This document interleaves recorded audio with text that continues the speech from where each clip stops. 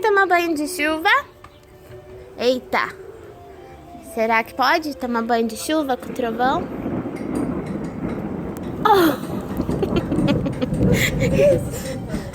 É o trovão, filho. Você nunca viu trovão, né?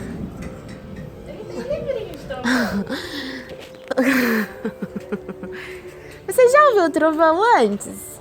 Não, né, filho? Trovão. Bum!